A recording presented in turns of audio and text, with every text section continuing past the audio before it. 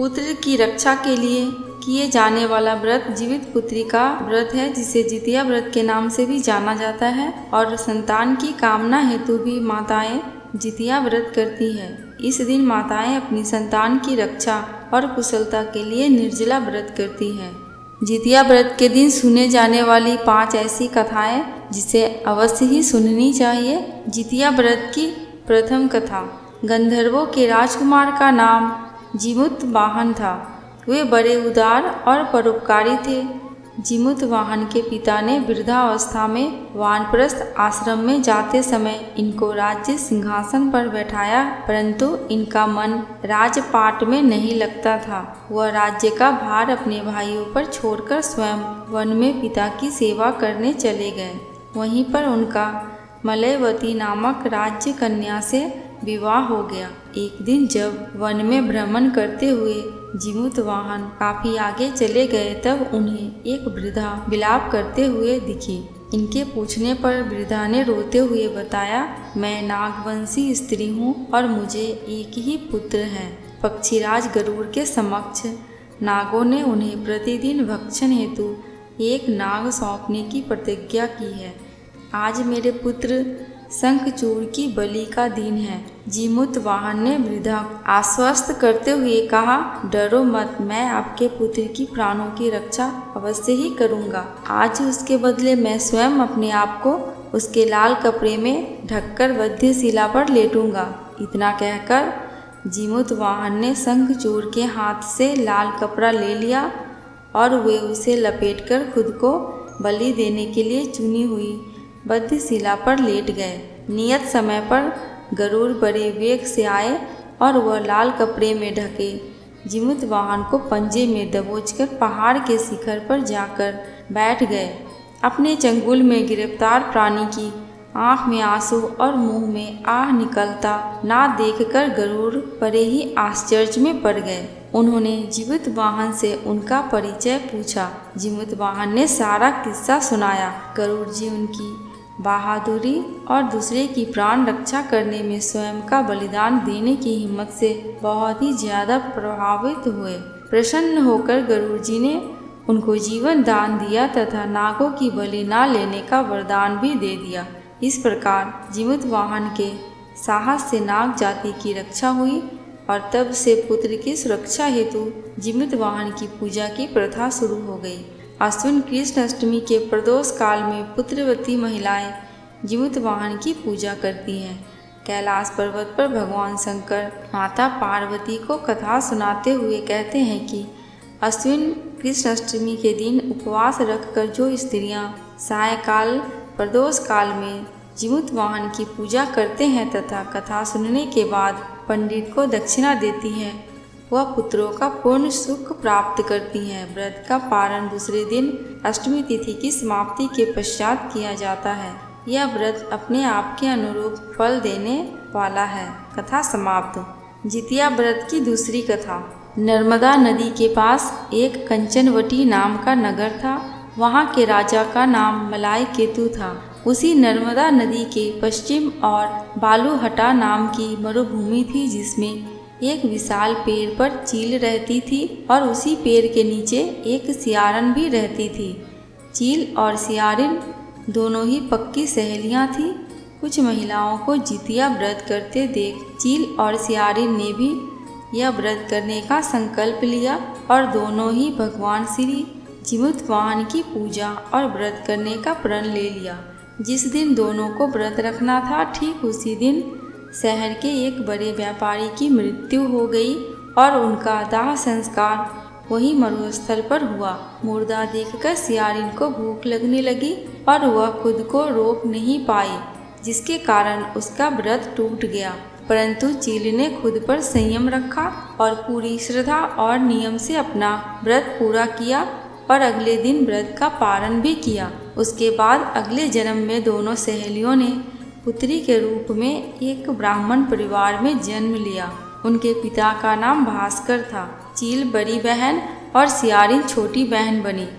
बड़ी बहन का नाम शीलावती रखा गया और उसकी शादी बुद्धिसेन के साथ हो गई। छोटी बहन का नाम कपूरावती रखा गया और उसकी शादी उस शहर के राजा मलाईकेतु से हुई और छोटी बहन कपुरावती कंचनवटी नगर की रानी बन गई।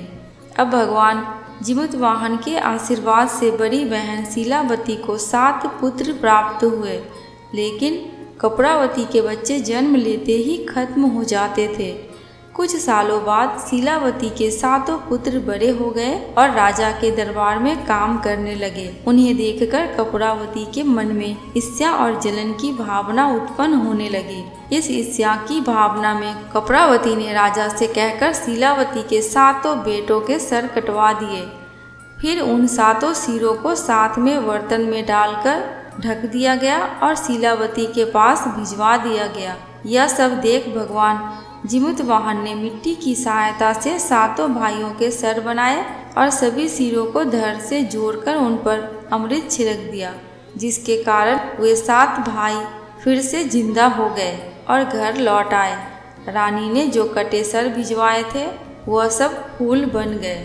कपुरावती समाचार पाने को बहुत ही व्याकुल थी, लेकिन जब उसे इस बात का पता चला तो वह अपनी बड़ी बहन के घर गई। वहाँ सबको जिंदा देखकर आश्चर्य में पड़ गई और बेहोश हो गई। जब कपुरावती होश में आई तो उसने अपनी बड़ी बहन से यह सारी बात बताई और अपनी गलती का पछतावा किया।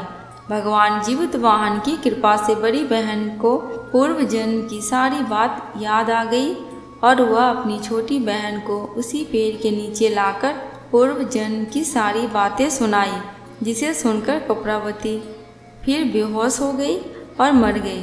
जब राजा तक इस बात की सूचना मिली तो उन्होंने उसी जगह पर पेड़ के नीचे कपुरावती का दाह संस्कार कर दिया। कथा समाप्त। जितिया व्रत की तीसरी कथा। 2 बहनें थीं जिनका नाम था चूलिया और सियरिया। चूलिया बहुत ही मेहनती और गरीब भी थी। वह मजदूरी करके अपने बच्चों को पालती थी, लेकिन सियरिया गलत आचरण वाली थी, जो हमेशा मौज और ऐश करती थी और चूलिया से जलती भी रहती थी। हर वक्त सियरिया यह सोचती थी कि चूलिया इतना खुश कैसे रहती है।